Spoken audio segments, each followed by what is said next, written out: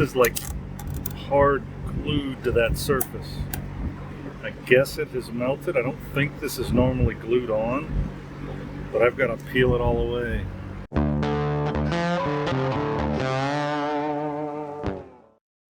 That was an amazing amount of scraping to get all of that glued or melted dash or whatever that was, not sure. And there's still some residue there that I could probably get off if I wanted to sit there and fight it. I'm not gonna worry about it right now. But I guess time to go back with it now. All right, dash pad is in.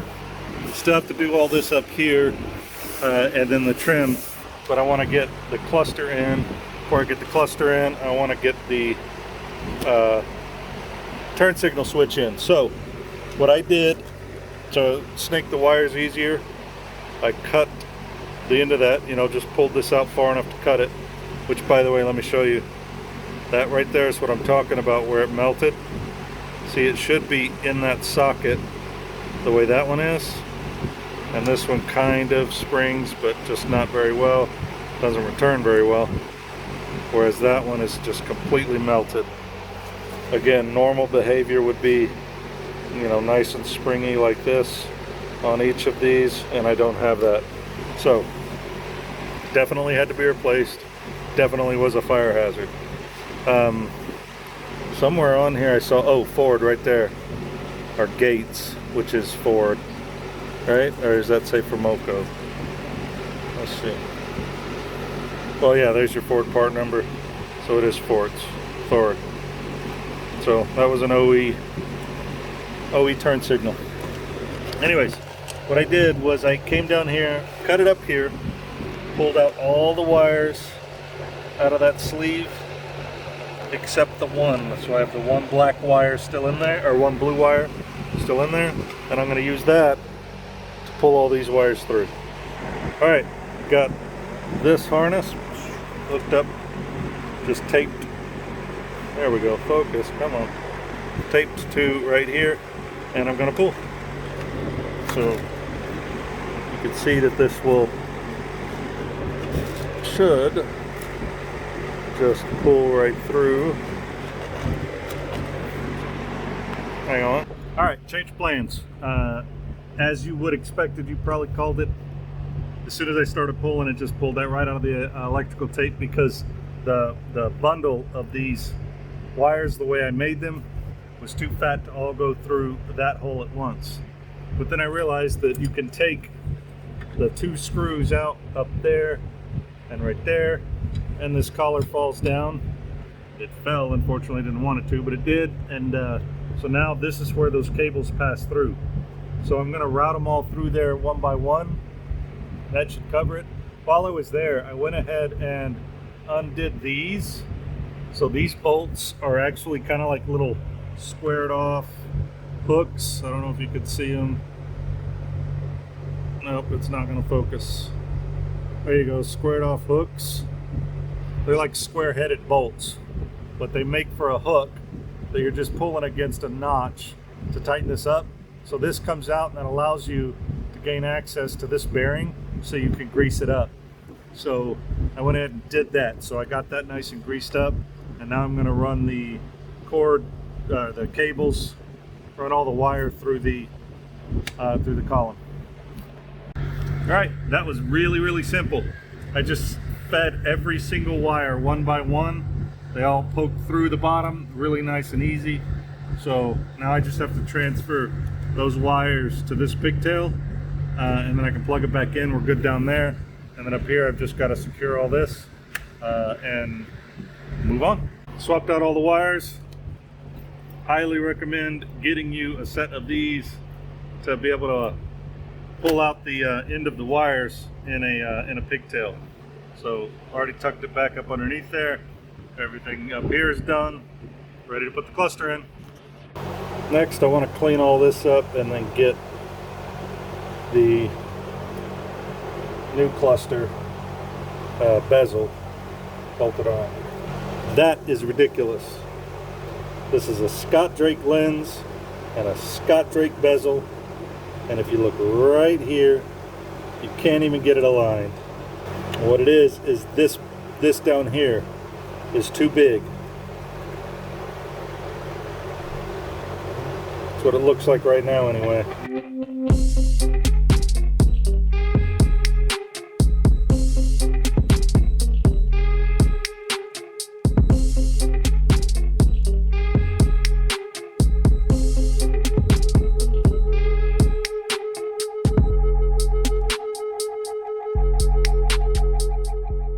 So you have to file down inside here. Just ridiculous in my opinion.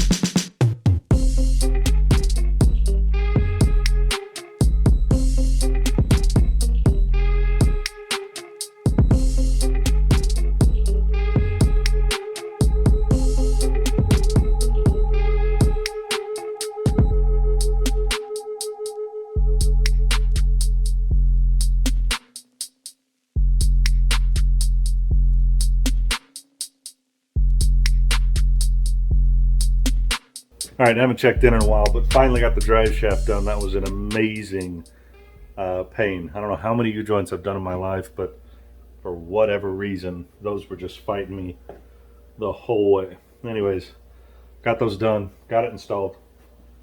The transmission bolts. So the transmission crossmember bolts. So the ones that came with the vehicle, the threads are just completely gone, not even there at all. And then the ones that I ordered from CJ Pony Parts that fit a 66 to 68 Mustang, these guys were about an inch too long. I don't know how that works out, but is this blurry?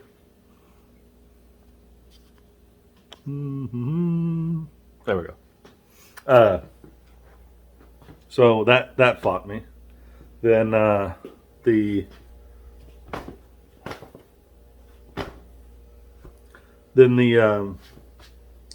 went to put in the cross member, and the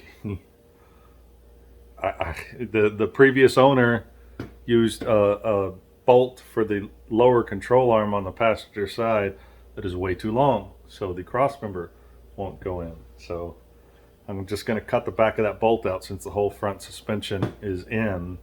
I'm not going to tear it all down just to get to that bolt. I'm just going to cut the back of the back side of that bolt off a little bit. And the cross member's got to go in. Then I've got to do the fuel tank. I've got to build transmission lines. I've got to do the vacuum line down to the transmission. But last night, I did get the horn finally working. So the plate that's inside the horn ring, the contact plate, was always contacting. So the horn was just, as soon as I plugged the battery in, the horn was blaring. So I ended up bending back the tabs a little bit on that, which was interesting. I don't know why it would have to do that, but it wasn't because of the new steering wheel, because I put all this on the old setup and checked it, and it was connecting there as well. So that was fighting me.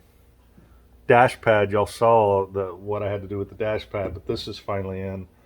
The kind of indented spots where you are supposed to drive a screw through underneath this side under the above the cluster and above the glove box, they didn't go straight to a screw hole. I couldn't find a screw hole in most cases, so I ended up drilling new screw holes. Had to fight that. Fought me.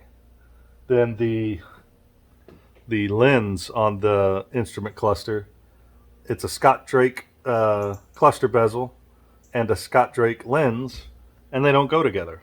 They don't fit together, so you have to file to fit the lens, which is just, that is now together. I mean, like, every single thing has been fighting me. Had a couple of these that were busted, and I bought the it may have been Scott Drake, I don't remember, but I bought their kit that has all new bolts, and it came with the square nut U nut thing that slips in right there, and I didn't realize that the new stuff was different size hardware, so I had to replace every single one of them. So that was a headache that I wasn't expecting to have to do. Oh, we replaced both the pivots, so both of those are done on either side. Put our new rubber ends on those. I've got new visors coming in as part of that interior kit, but they're on eternal back order right now, so we'll see what happens. The only reason I want new visors, I mean, they came with the kit, but these visors, the thread on the thread right here on the opposite side, you can't see, but it's already it's like gone completely. And so it's only a matter of time before that glue lets go and starts to flake. The antenna is in. That even fought me, the grommet to go into the side of the cowling or whatever you want to call that inside the inner fender. The grommet was just an absolute chore. I did not expect that. I mean, even pulling on it with pliers or pushing on it, I just couldn't get the leverage to get it, and it just took me forever to fight it. So anyways, I've got those few things to do. I've got this list here before we drive it. So oil, cross member, cut the bolt, fuel tank, which is just connect the fuel line and the sending unit, trans lines, trans vacuum, and seat belts. I've also got emblems on that list because, again, I got those new emblems, but that's not required to drive it. That would just be a nice to have.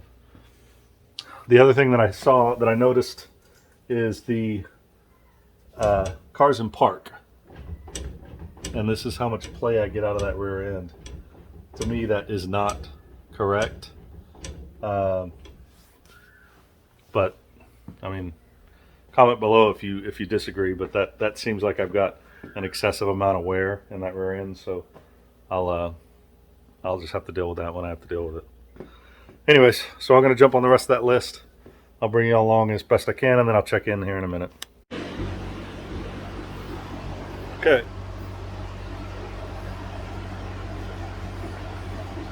I'm installing seatbelts in the back seat. This thing is really rusty. So I'm having to clean out the bolt holes. Rusty dust in my eye. We have 3 kids, so I have to install 3 seatbelts. That means doubling up in the middle. So I have taken out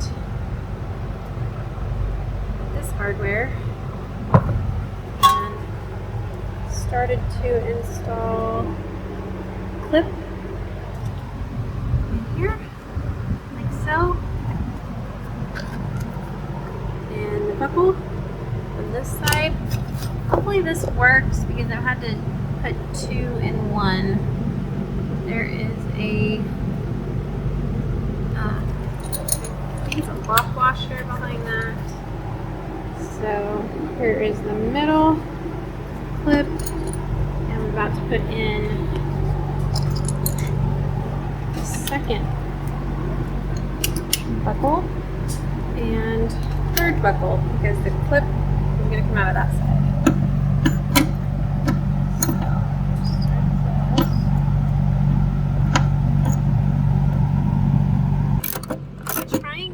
To install the seat belts so that the metal is on the actual belt, because I think that might destroy the integrity of the belt. Let's see here. Now for our last one. Take my wire brush and clean it out a little bit. And of course this is the last one that I need to put in, and it's giving me grief, and I'm trying not to bother my husband who's underneath the vehicle. Oh, that might have been too much.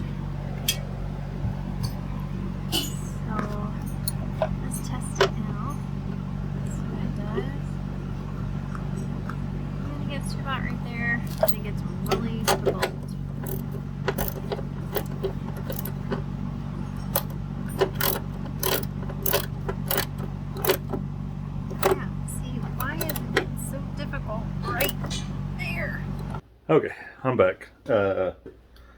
Video is a little choppy, and I apologize for that, but I was running to try and get as much as I could done. It was a Sunday evening, and I was still just had a laundry list of stuff to get done, so I was just trying to work hard to get it done because I really wanted to start the car yesterday.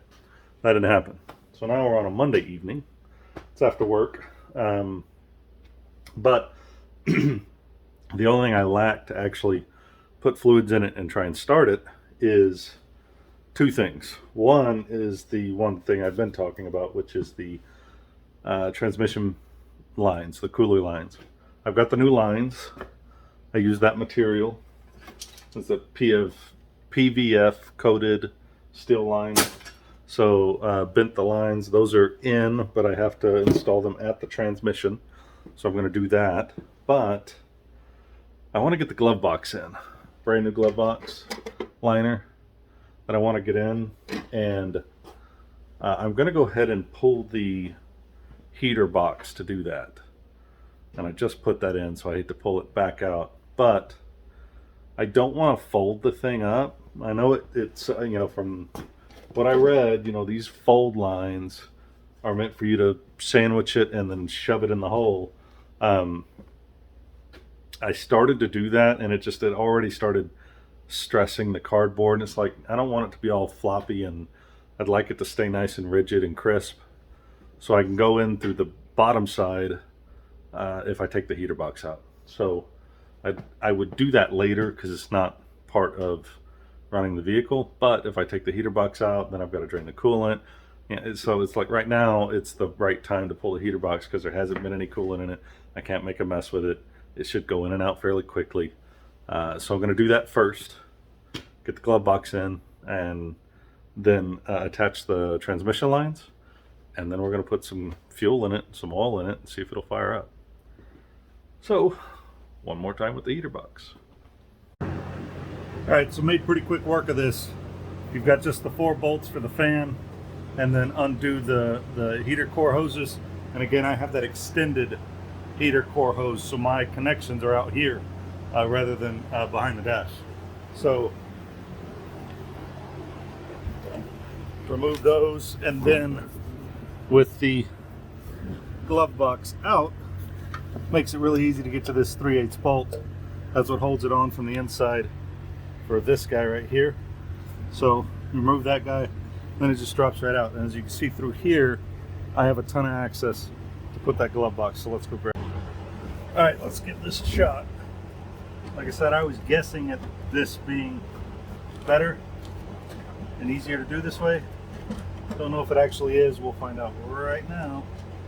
Oh, you know, one of the things that I wanted to do, this has a busted emergency flasher switch, and this has the perforated circle to pass the harness through. I'm going to go ahead and do that and attach the switch, at least the bracket for the switch. I think it's just easier to do that now.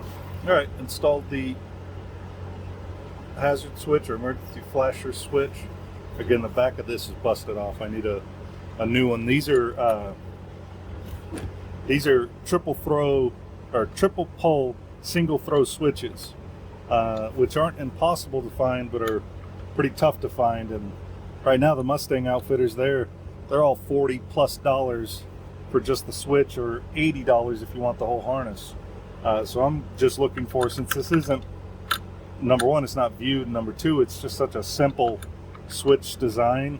I'm just looking to find a replacement that fits that spot, and then I'll wire this harness into it. So for now, I'm just going to slide the harness through that opening. I've got it mounted, and then I'll worry about getting it working correctly later.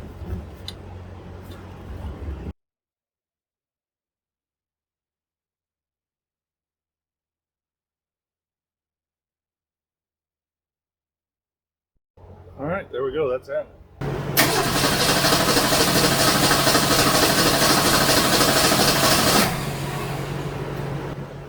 was a good sound. For the carburetor, you mean? For everything.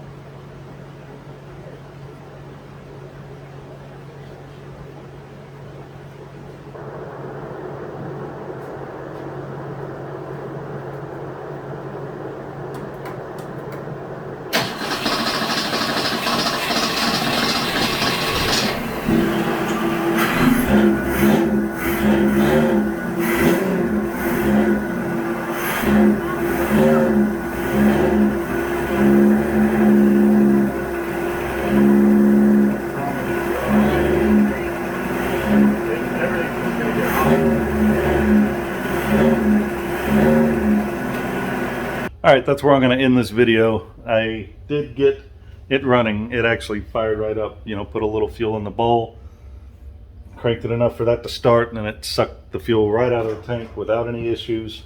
I'm not seeing any sediment in the filter yet, so hopefully that's good. I did blow out the fuel line, so probably won't see any sediment for a little while until it loosens up some new stuff. But so it fired right up.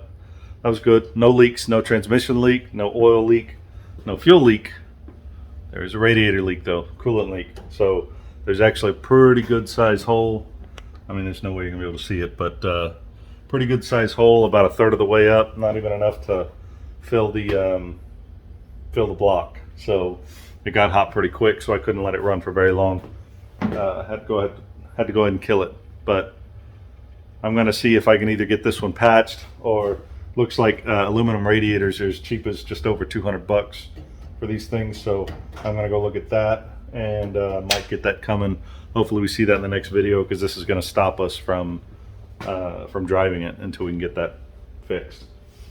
The other thing that's pretty interesting, so the engine is super quiet, way quieter than I expected. I mean, I know it's a 6-cylinder, but it's a 50-year-old 6-cylinder, right? I don't think this is actually a 50-year-old 6-cylinder. I think it's been rebuilt sometime here recently, and the sound that it makes, which is zero sound out of the front end, I just, at first I couldn't even tell it was running. That's how quiet the engine itself is.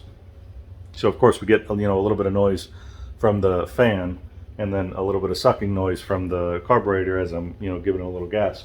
Otherwise, there's no noise coming out of the front end, which is awesome. You know, if I'm gonna have a 6-cylinder and not have the V8, I want the opposite of the sound you want out of a V8. I want the opposite. I want it as quiet as it can be. So that's the funny part. The exhaust is apparently, the muffler is apparently blown out completely out of this thing, because it sounds like straight pipe out the back, which is just laughable, because it's like a ricer sound out the back, but it's still quiet enough where it's just an annoying, like, lawnmower ricer sound. So so I've got to go, I got to fix that. It looks like mufflers, just a quick glance, were, you know, under 50 bucks. So I'll have to cut that out and weld in a new muffler.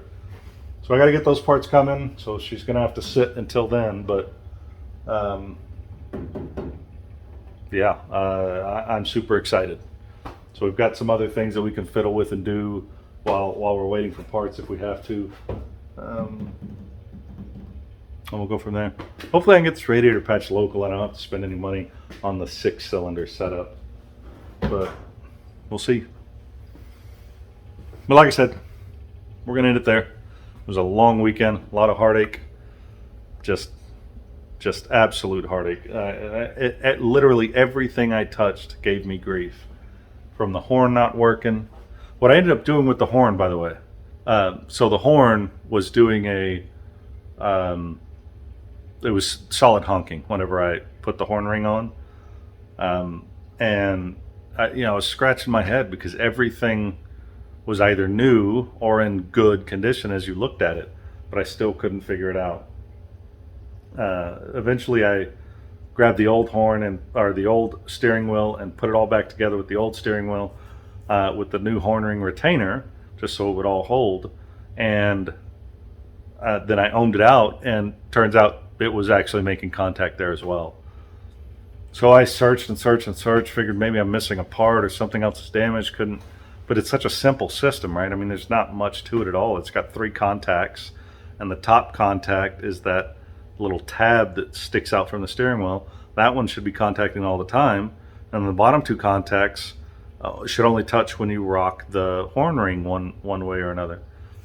So eventually what I ended up doing was I just bent those tabs back slightly on the horn contact plate that's inside the horn ring. If you look at the new part, like, you know, on the internet, it's supposed to be completely flat, and mine was completely flat. It wasn't bent the wrong direction, but completely flat, didn't give the clearance it needed. So I just slightly bent it, you know, maybe a 1/16 of an inch at all the way on the outside, and that gave it enough clearance. The horn works now. but just absolutely fought me. And then the issue I had with the Scott Drake lens versus the Scott Drake bezel, right? That fought me. The dash pad, oh my gosh, that was just an absolute chore.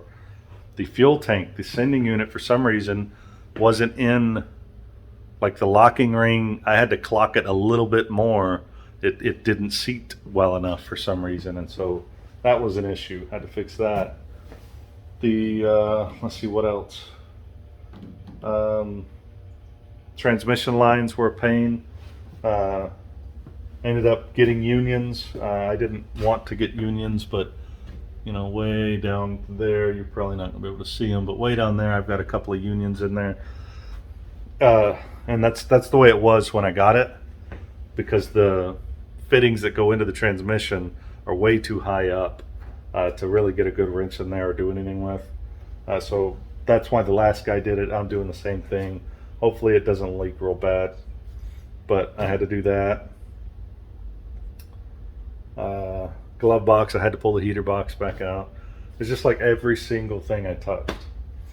And to end it, while I was working on that, we started putting this in, and none of the holes line up on the new one. So I'm gonna have to figure out how to solve that. So it's just like everything we're touching right now is giving us grief. But still excited that it ran without any issues with the engine or transmission so far.